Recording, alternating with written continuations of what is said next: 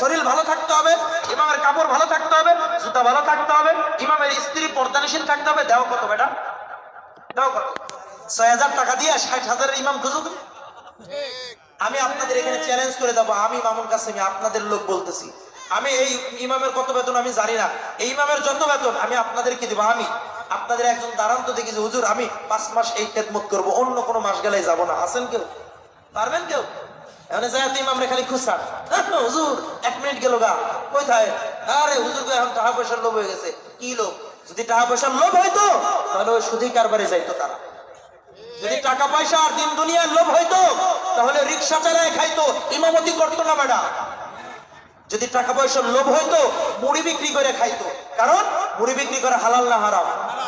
এই হালাল কামাই করে যদি তার বাল বাচ্চাকে ১৮,০০০ ২০,০০০ টাকা উপার্জন করতে পারে, তাহলে কেন এই ৫ ওয়াক্তর কষাকষিতে আসবে?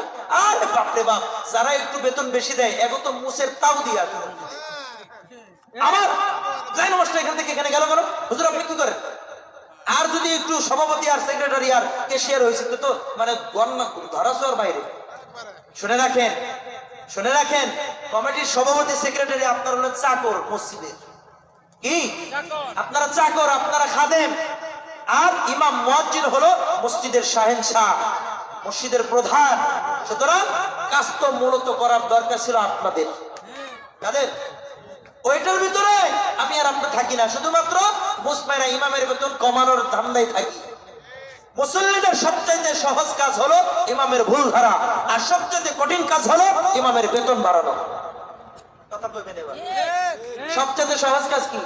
ইমামের ভুল ধরা, আর সবচাইতে কঠিন কাজ ইমামের বেতন বাড়ানো। হুজুর এত টাকা লাগবে? হ্যাঁ বেটা, হুজুরের ৮,০০০ দিয়ে হয় না? ১০,০০০ টাকা হুজুর এত টাকা দিয়ে কি করবে? খাওন আমরা দিই। কি মাঝে মধ্যে আবার ফকিরের মতো ৫ টাকা দেয় মিলাদে, আছে না নাই? আবার সিরা টাকাটা ঠিক করে ডক করে লয়ে এসে হুজুরের হাতে ধরায় দেয়, কারণ হুজুর তো দেখবো না। আর যদি হুজুর দেখছে হুজুরের লোভ বাইরে গেছে। ঠিক না বেটা? হুজুর জোরে গেলেও সমস্যা, আসতে গেলেও সমস্যা, না গেলেও সমস্যা। জোরে গেলে হুজুরের কোথাও দাওয়াত আছে, আসতে গেলে হুজুর খাইছে অনেক। আর আরেকটু যদি এভাবে যায় হুজুরের মনে গুসা লাগছে, হুজুরের মনে হয় দাওয়াত নাই। ঠিক না বেঠিক? এজন্য বাপজানরা আসুন, আমি আপনাদেরকে কষ্ট দিতে চাইতেছি না। মূলত যারা সমাজের জন্য আপনাদের সবচাইতে বেশি উপকারী ব্যক্তিবর্গ তারা হলেন মসজিদের ইমাম সাহেব। আপনার কয়টা সন্তান আলেম আছে বলেন? কয়টা আছে? আপনার মৃত্যু সহ আপনার এই সমাজের যত রীতিনীতি আছে যেগুলোকে কন্ট্রোল করেন যিনি, তিনি কে? ইমাম সাহেব। এতগুলো সার্ভিস দিতেছেন, আপনি তার বেতনটা একটু বাড়াইতে পারেন না? আপনার কারেন্ট বিল আপনি কি কখনো বন্ধ করেছেন দেওয়া? জোরে কর না, বন্ধ করেছেন? মোবাইলের মিনিটটা শেষ হইতে দেরি, ওই মোবাইলের দোকানে ফোন দিতে দেরি নাই, তাড়াতাড়ি মিনিট পাঠাও। ঠিক না বেঠিক? জোরে বলেন ঠিক না বেঠিক? আবার যাদের বাড়িতে ডিশ লাইন রয়েছে, ডিশ লাইন তো বন্ধ করে দিবে, তো আগে টাকা দিয়া যায়। আবার যাদের বাসায় ওয়াইফাই ব্যবহার করি, স্ত্রীর হাতে আগে টাকা দিয়ে যায়, কারণ স্ত্রী যে আমার সিরিয়াল দেখে, স্ত্রী যে আমার নাটক ফটক দেখে। এই প্রধানমন্ত্রী তো ধৈর্য আলাইব, তো টাকাটা ঠিক মতোই দিয়ে নি। ঠিক না বেঠিক? আর ইমামের বেতন নেওয়ার জন্য ক্যাশিয়ার মহোদয় যখন যায়, কতবার আমরা ঘুরে। কেন ভাই? কেন? আপনার সংসার চলতে যদি টাকার প্রয়োজন হয়, ইমাম সাহেবের সংসার চলতে কি মাটির প্রয়োজন? হ্যাঁ, কি টাকা ছাড়া চলবে? একটা সিরা পাঞ্জাবি যদি পরে আপনি এসে বলেন হুজুর আপনি সামাজিকতা বুঝেন না, আমরা সৈয়দ মোড়ের এত কেন্দ্রীয় মসজিদের আমরা মুসল্লি, আমাদের ইমাম সাহেবের যদি কাপড়টা ফাটা থাকে আমাদের ইজ্জত থাকে? আপনি হাদিয়া বাড়ায় দেন। ইমাম সাহেব ওলামায়ে কেরাম এত শান জানে যা পৃথিবীতে আপনিও জানেন। তাহদিসে নিয়ামত বলি ৬০০ টাকা। কত? ৬০০। ভিতরে একটা টুপি আছে, এটার দাম ২৫০ টাকা। কত? এই পাঞ্জাবিটার দাম ২৫০০ টাকা। কত? ২৫০০। এটার দাম হলো ৩০০০ টাকা। কত? ৩০০০। আল্লাহ দিছে, কে দিছে?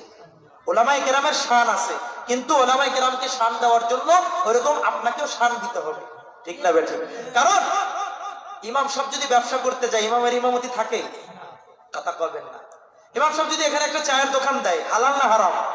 কিন্তু আমি আর আপনি ইমাম সাহেবকে রাখবো?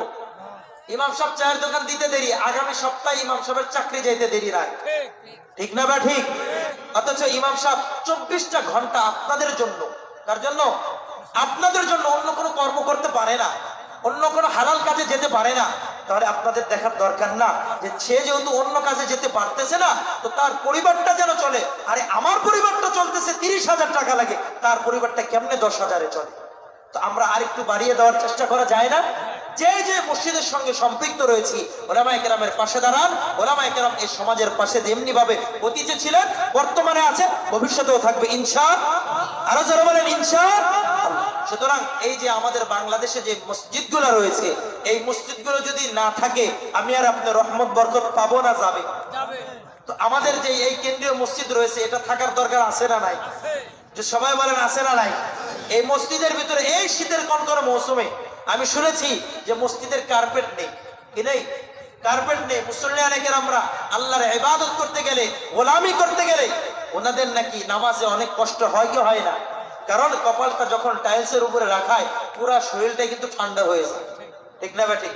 এজন্য বাপজানরা, আমি আপনাদেরই পরিচিত, আমি আল্লাহ এবং আল্লাহ রসুলের ওয়াস্তা দিয়া নিজের নেকি বৃদ্ধির জন্য এই মসজিদের কার্পেট বাবদ আমি 10 জন আমার আত্মীয়, আমার আপনজন, আমার বাপজান, আমার আত্মীয়দের থেকে আমি 10 জন বাপজান চাই, যারা মাত্র 1,000 টাকা করে, মাত্র 1,000 টাকা করে নগদ বাকি লেখাবেন। ইনশাআল্লাহ এই মসজিদের যে কার্পেট রয়েছে, আল্লাহ তাআলা পূরণ করে দিবেন।